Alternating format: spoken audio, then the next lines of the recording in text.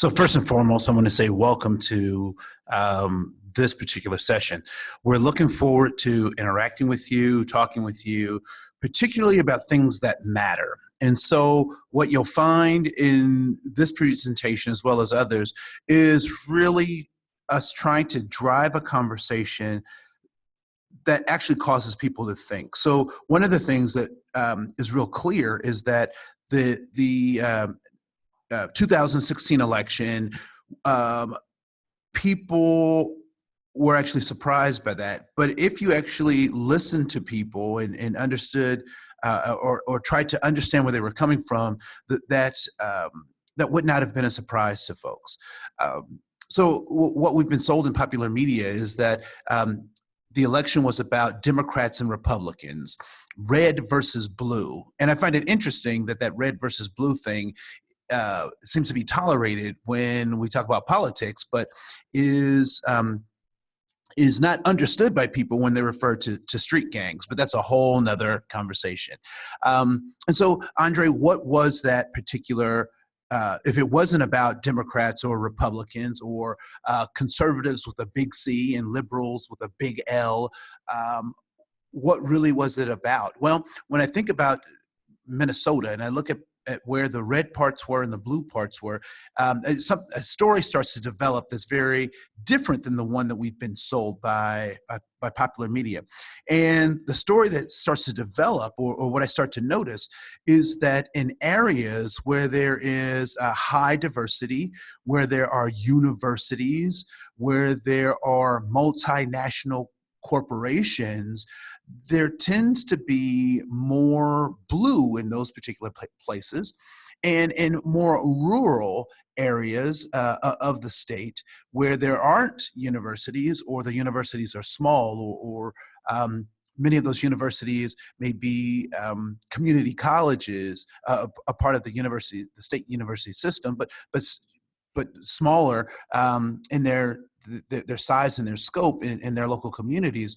What we also find is that those areas are also very red. So if it's not about conservative and liberal or Democrat and Republican, what is it about? It is very obvious to me when I look at the map, particularly by counties, that in the state of Minnesota, the bluer areas, if you will, were places like the Iron Range, which is interesting because it is an international seaport for the most part, right? So right off of Lake Superior, and has regular dealings with the larger world, and places like the Twin Cities, right? So that's a pretty obvious kind of thing.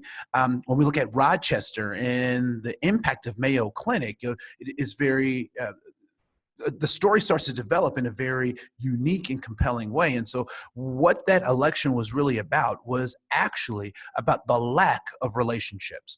And so the so-called red are the conservatives. And what we need to recognize about those so-called conservatives is that they are actually conservative with a small c, meaning that for a number of people who elected or voted for President Donald J. Trump, they also wanted someone who would slow down change or progress. And if he could stop it, that would be a wonderful thing. And we have to understand that there are those people who feel like their ways of life have been threatened, particularly by the liberals with a little L, and I'll talk about them in just a second. But I want to stay on this small C conservative, because many of them felt alienated during the election or during the terms of President Barack Hussein Obama, and so they did not feel as though they were being heard or listened to.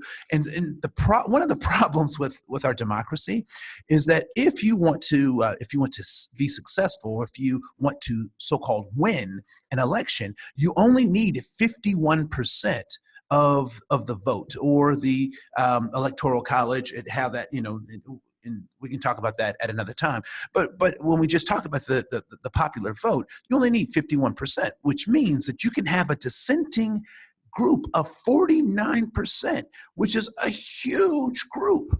And so typically what politicians try to do is, as best they can, is manage that 49% while making sure that they stay true to their base.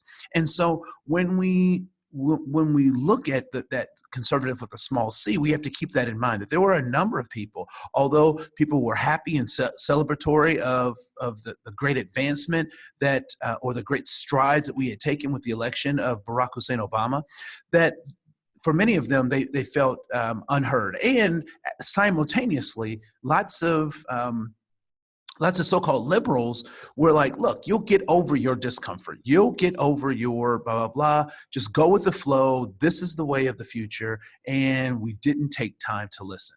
So there's that. So let's go to the other side of that, right? So this idea of the liberals.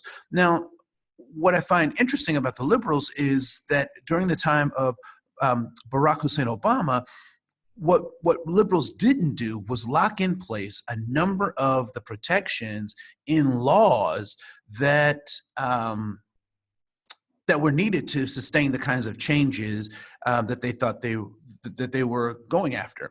And so what liberals are now recognizing is that the use of executive orders was a great way to get things done, but simultaneously, it is one of those tools that can be flipped, as we're currently seeing now. And so many of the executive orders that President Barack Hussein Obama put into place can now be undone with the election of Donald J. Trump. And so moving forward, I think it's important that we do use our congressional the tools that our legislators use, our legislators to actually get things done, to change laws, so that no matter what administration comes through, then we actually have those protections. And so what do you do when you have a Congress that is opposing the president?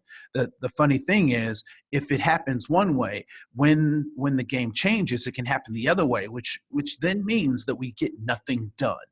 And so, or the changes that we sought, or the changes that we encounter, are limited at best to the administration that is in charge. And so moving forward, one of the things that I hope that liberals are trying to figure out is, how do we start to work with these people who we appear to be diametrically opposed to, when in fact we're not opposed to these folks. They're just on a different spectrum. They see the world just slightly different. And so I would suggest that we're all looking for safety, significance, and belonging, but the ways in which we try to get those things are very different, because we operate in very different contexts.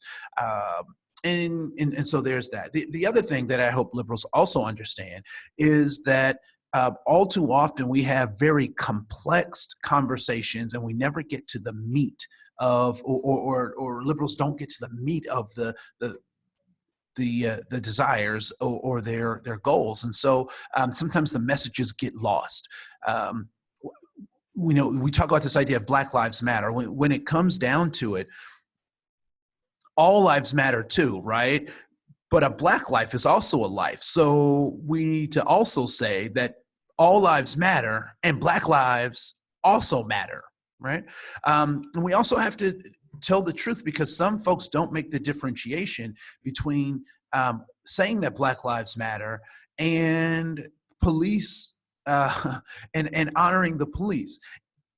And we have to help liberals have a better conversation around making those two things connected, because they're not mutually exclusive. But when other people talk about those concepts, they try to make them mutually exclusive. I can hold the police accountable while also supporting the police, right? I can engage in dialogue while still recognizing that there's work to be done. And so I think the things are getting convoluted in such a way that, particularly for liberals, if liberals aren't able to talk specifically to the issue, they'll be lost in the conversation. Like right now, the whole kneeling thing is getting convoluted because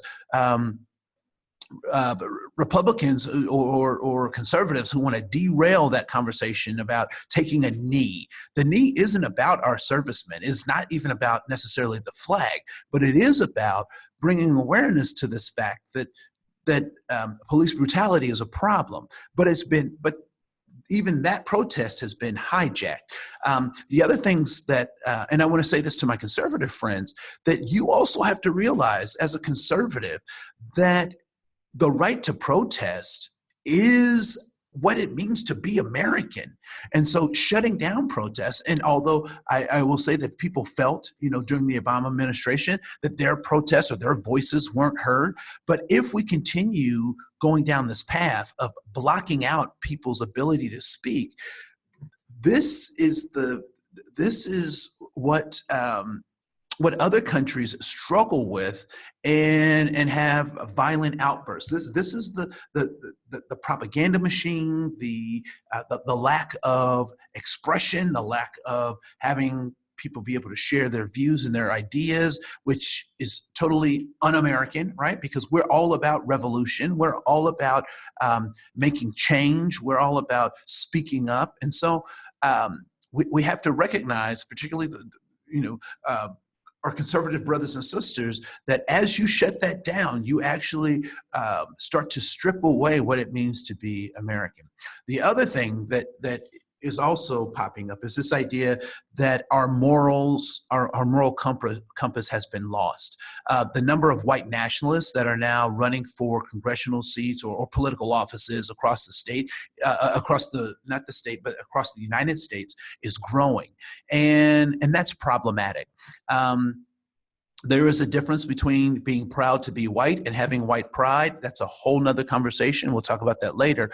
But it's important for us to really dig down and say that there actually are things that are not okay, and that even in our ill-fated or we'll see how our two-party system continues to work. But even in our two-party system, there are certain things that we're going to say do not fly. Pedophilia for one, right? Incest for another. Whether big government or small government, local, there are certain things that are just, is it all right for certain groups of people to be either over-policed or to be harassed or harmed or left out of society over another one? This idea of immigration, do we torture? How do we separate kids and do we separate families and then put kids in cages? And these are some fundamental things about being American that we have to stand up against.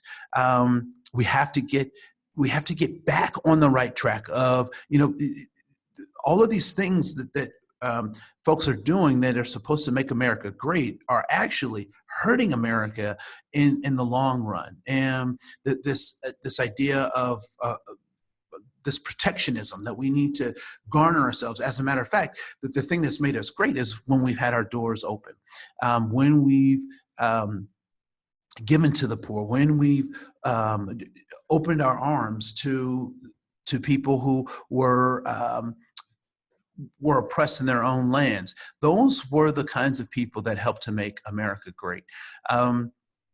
And we also have to recognize that it's hard to say that somebody else is illegal on stolen land. And when I say stolen land, what I'm really talking about are all those treaties that have been broken with the indigenous peoples of North America. And until we are able to come to terms with that, it's inappropriate for us to say that there are legals and illegals when we haven't lived up to the treaties that we signed, right? So, or those treaties are trying to be undermined as we engage in political discourse or discounted, those voices being discounted. So this is just the ramblings of someone who is actually looking to find the center and trying to really pull both of these diametrically opposed ends together. I really, being from Minnesota, I'm tired of seeing red and blue. I really would like to see purple, and not just because of Prince or because of the Vikings, but I do think that most people, when we're able to make connections with someone who we think is different from us, are actually able to get to something we might even consider to be the center. right? So that's important to recognize and important to talk about. So that's enough for now. This is Andre Koen. You can catch us on Patreon. You can find us on YouTube. You can find us here at this particular broadcast. And as we move forward, we look to hear from you. You can hit me up at Andre at amhorizons.com. That's Andre at amhorizons.com. You can go to our website, andrecohen.com, amhorizons.com, armchairactivist.com. We're all over the place. If you search the web and you can't find us, the web is broken. And so until next time, this is Andre Kohen, and we look forward to seeing who you become.